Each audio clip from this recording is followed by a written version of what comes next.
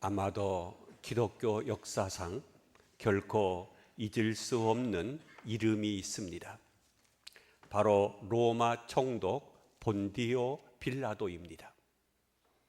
지금도 우리가 예배를 드릴 때마다 사도신경을 암송하는데 본디오 빌라도에게 고난을 받아 십자가에 못 박혀 죽으시고 라는 고백을 하고 있기 때문입니다. 예수님은 예루살렘에 올라가셔서 빌라도 총독에게 재판을 받으셨습니다. 그런데 참으로 아이러니한 것은 오늘 성경 본문에서도 볼 수 있지만 빌라도는 오히려 예수님이 죄 없음을 알고 많은 애를 썼습니다. 예수님을 십자가에 못 박아 죽이라고 외친 사람들은 유대인들이었습니다. 빌라도는 유대인들의 억지 주장에 사형에 처하도록 내어주지만 자기는 죄가 없다는 뜻으로 손을 씻었다고 기록하고 있습니다. 그럼에도 불구하고 사도신경에는 본디오 빌라도에게 고난을 받아 십자가에 못 박혀 죽으셨다고 말씀하고 있습니다. 사도신경에 이렇게 기록한 이유는 예수님의 십자가의 처형이 역사적인 사실이라고 하는 것을 증거하기 위해서입니다. 오늘 성경 1절과 2절에 보면 새벽에 모든 대제사장과 백성의 장로들이 예수를 죽이려고 함께 의논하고 결박하여 끌고 가서 총독 빌라도에게 넘겨주니라. 이제 예수님은 대제사장과 백성의 장로들에게 로마 총독 빌라도의 손으로 넘어갔습니다. 무리 앞에서 하나님의 아들 예수님과 세상의 권력을 상징하는 빌라도 총독이 대면을 하는 시간입니다. 이것은 마치 미국의 트럼프 대통령과 북한의 김정은이가 만나는 것 같은 역사적인 사건이었습니다. 우리는 빌라도의 재판에서 몇 가지 중요한 교훈을 받게 됩니다. 첫째는 빌라도는 예수님께서 죄가 없다는 사실을 누구보다도 잘 알고 있었습니다. 그는 예수님을 재판하는 과정에서 어떠한 죄나 사형 선고를 내릴 만한 혐의를 전혀 발견하지 못했습니다. 빌라도가 예수님께 내가 유대인의 왕이냐? 라고 질문합니다. 그때 예수님께서는 내 말이 옳도다 라고 아주 간결하고 분명하게 대답을 하셨습니다. 예수님은 자신이 하나님의 아들이심을 분명하게 밝히신 것입니다. 그러나 다른 거짓 증거에 대해서는 아무런 대답도 하지 않으셨습니다. 12절에 보면 고난을 당하되 아무 대답도 아니하시는지라 라고 했습니다. 예수님은 거짓 증거에 대해서는 침묵을 하신 것입니다. 빌라도는 예수님을 재판하면서 혐의가 없다는 사실을 알게 됩니다.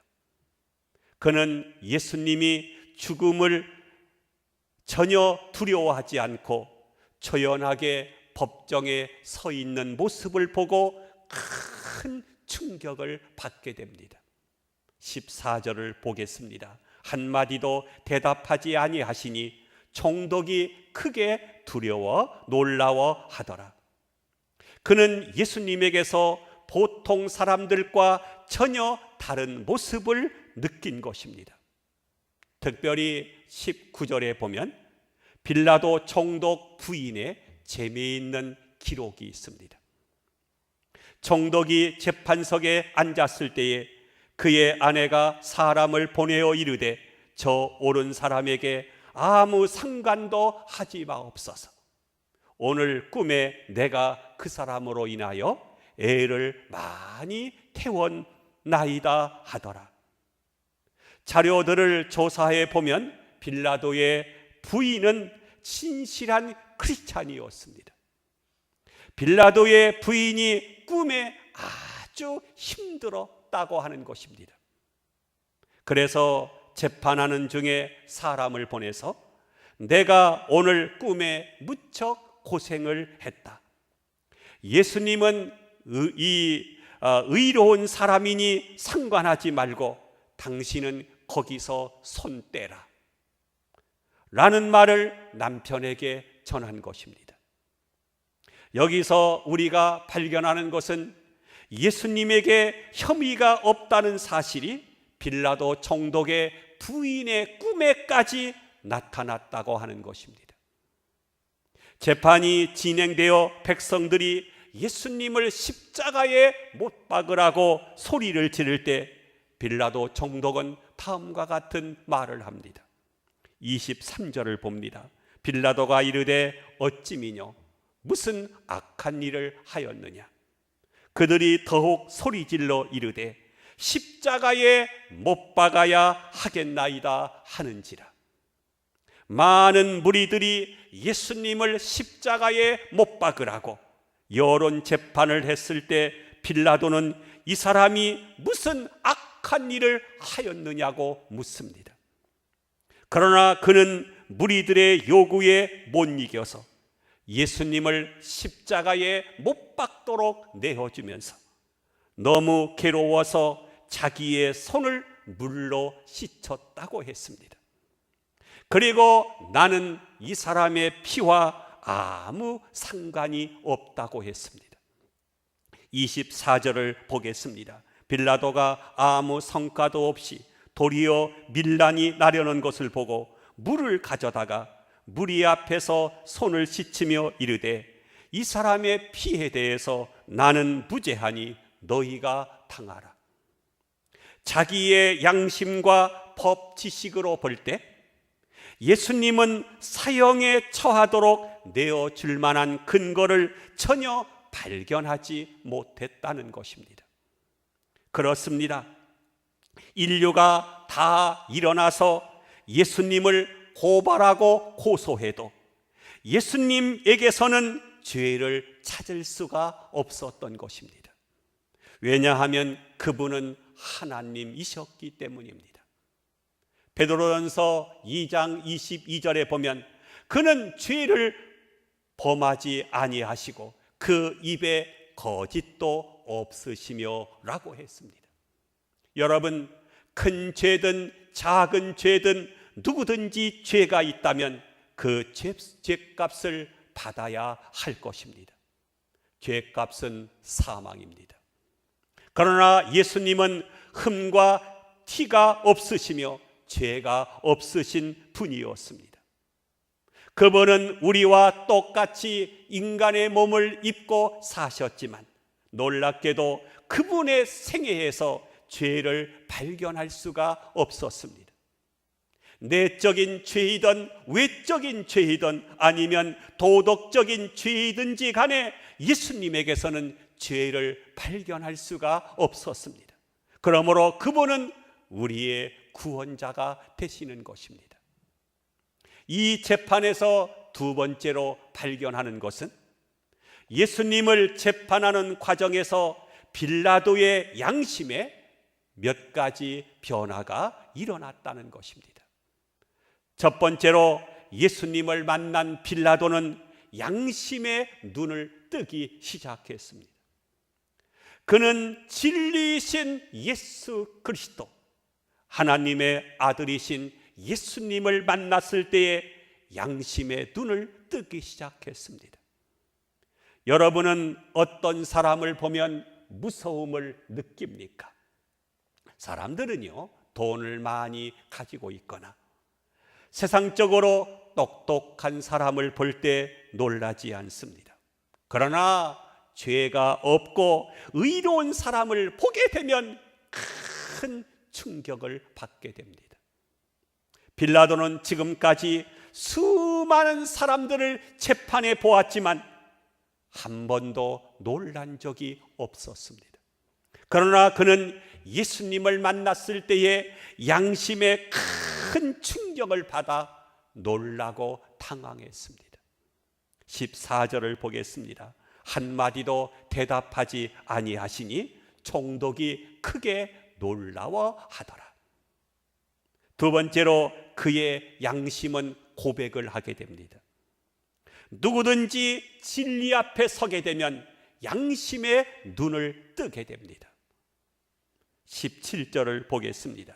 그들이 모였을 때에 빌라도가 물어 이르되 너희는 내가 누구를 너희에게 놓아주기를 원하노냐?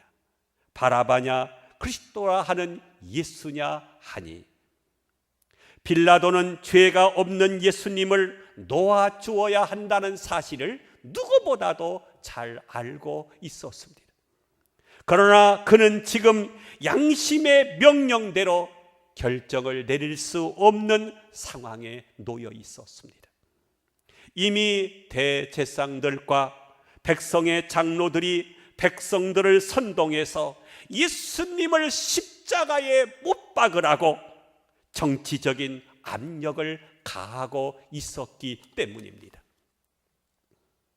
빌라도는 여기서 꼼짝없이 잡혔습니다.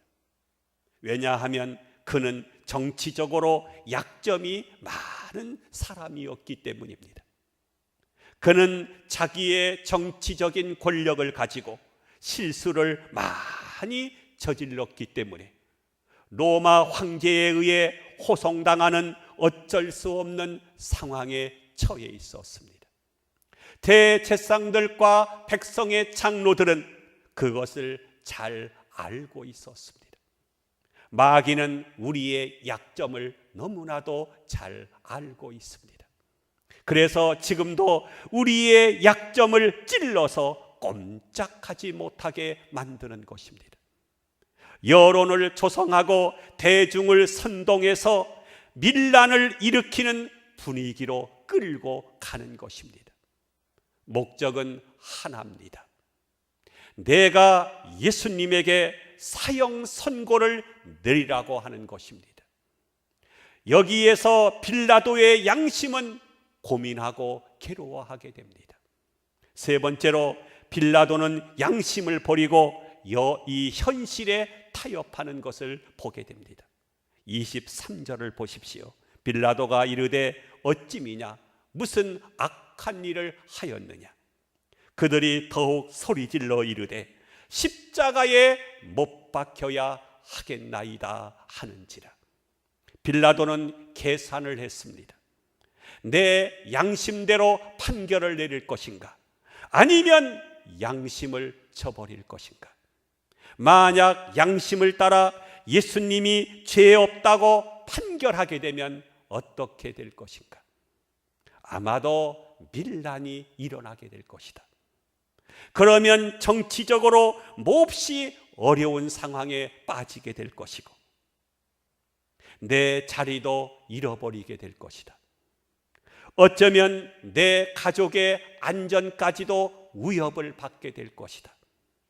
여기서 그의 양심은 고민을 하게 됩니다. 그래서 빌라도는 양심을 버리고 자기가 원하지 않는 길을 가게 됩니다. 성경 24절을 보십시오. 빌라도가 아무 성과도 없이 도리어 밀란이 나려는 것을 보고 물을 가져다가 무리 앞에서 손을 씻으며 이르되 이 사람의 피에 대해서 나는 무죄하니 너희가 당하라. 빌라도는 양심을 알았으나 정의를 선택할 힘이 없고 양심대로 살아갈 용기가 없었기 때문에 그는 현실과 타협하고 만 것입니다. 네 번째로 빌라도의 양심은 현실과 타협해서 결국 침묵하게 됩니다. 26절을 보십시오. 이에 바라바는 그들에게 놓아주고 예수는 채찍질하고 십자가에 못 박게 넘겨주니라. 결국 빌라도의 양심은 결정적인 순간에 패하고 맙니다. 그는 양심을 버리고 대제사장들과 백성들의 눈치를 보고 밀란이 날까 두려워서 결정하고 만 것입니다.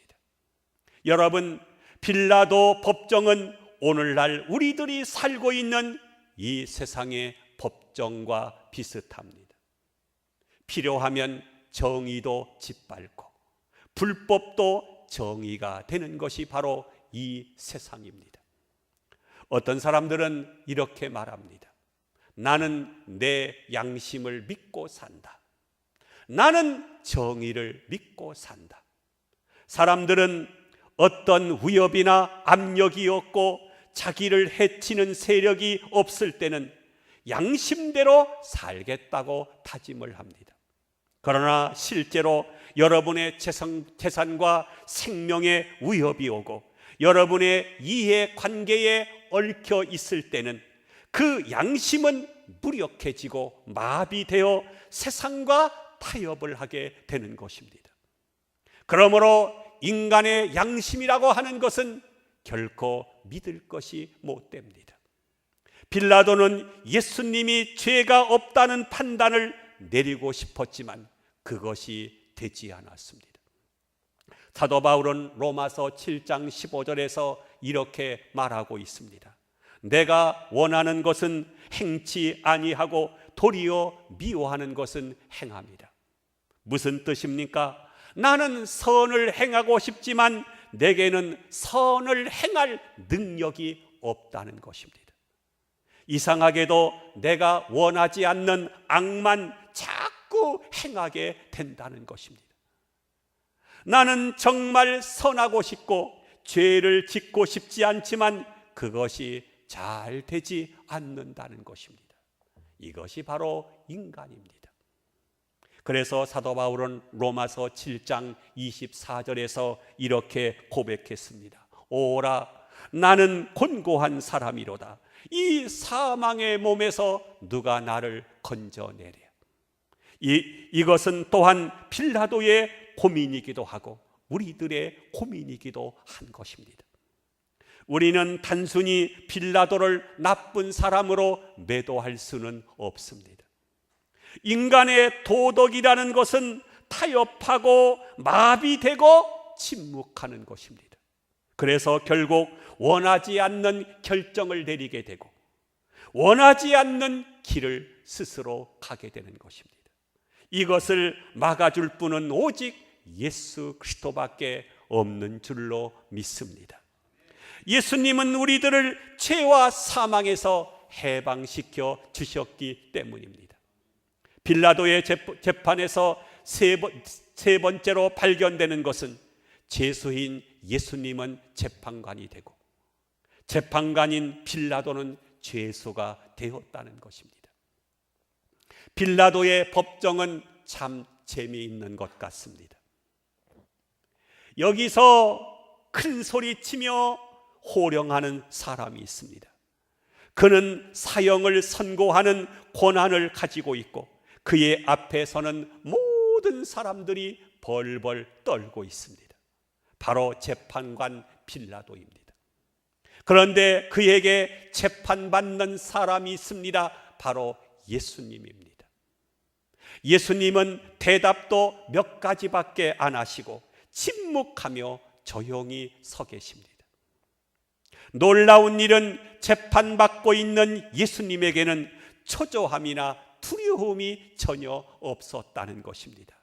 진리에 대한 확신이 있었기 때문입니다. 그와 반대로 호령하고 사형 선고를 내리고 있는 빌라도는 어떻습니까?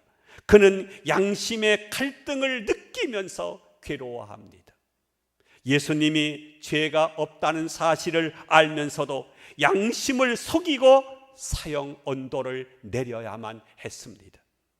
그는 쫓기는 자가 되고 자신이 죄인의 자리에 서 있다는 것을 비로소 알게 됩니다. 저는 여러분들이 세상에서 쫓기는 자가 아니기를 바랍니다. 저는 여러분들이 예수님처럼 진리 안에서 자유를 누리는 사람이 되시기를 바랍니다. 빌라도는 예수님이 죄 없다는 것을 알면서도 밀란이 일어날까 두려워하여 예수님을 극형에 처하고 만 것입니다. 빌라도는 자기는 이 피에 대해서 책임이 없다고 손을 씻었고, 유대인들은 그 피를 우리와 우리 자손들에게 돌리라고 25절에서 말씀하고 있는 것을 보게 됩니다. 그러면 하나님의 아들을 죽인 책임이 누구에게 있습니까? 손을 씻었다고 해서 그에게 죄가 없는 것입니까? 빌라도에게만 죄가 있는 것입니까? 아닙니다. 그 책임은 우리 모두에게 있는 것입니다. 우리 인류가 예수님의 핏값에서 벗어나려고 하면 그 방법은 오직 하나뿐입니다. 예수님의 죽음이 내 죄를 대신한 죽음이라는 것을 믿어야 하는 것입니다. 로마인이건 유대인이건 헬라인이든 누구든지 예수님의 죽음이 내 죄를 대신한 죽음이라는 것을 믿는 자는 그 죄를 용서해 주시는 것입니다. 우리는 아무리 자기가 옳다고 해도 그 핏값을 나와 내 자손에게 돌리라고 하는 말을 해서는 안 될 것입니다. 그들은 예수님을 죽인 핏값으로 무려 어른이 450만 명, 아이가 150만 명, 600만 명의 유대인들이 비참하게 학살을 당하고 말았습니다. 하나님을 대적하면 본인만 망하는 것이 아니라 자손 대대로 망하는 것입니다. 우리는 늘 하나님 앞에서 우리의 부지와 허물을 회개하고 결코 군중 심리에 휩쓸리지 말고 하나님의 살아있는 음성을 들으면서 그 말씀을 쫓아 살아가는 우리 모두가 되시기를 주의 이름으로 축원함을 드립니다. 기도합니다. 하나님.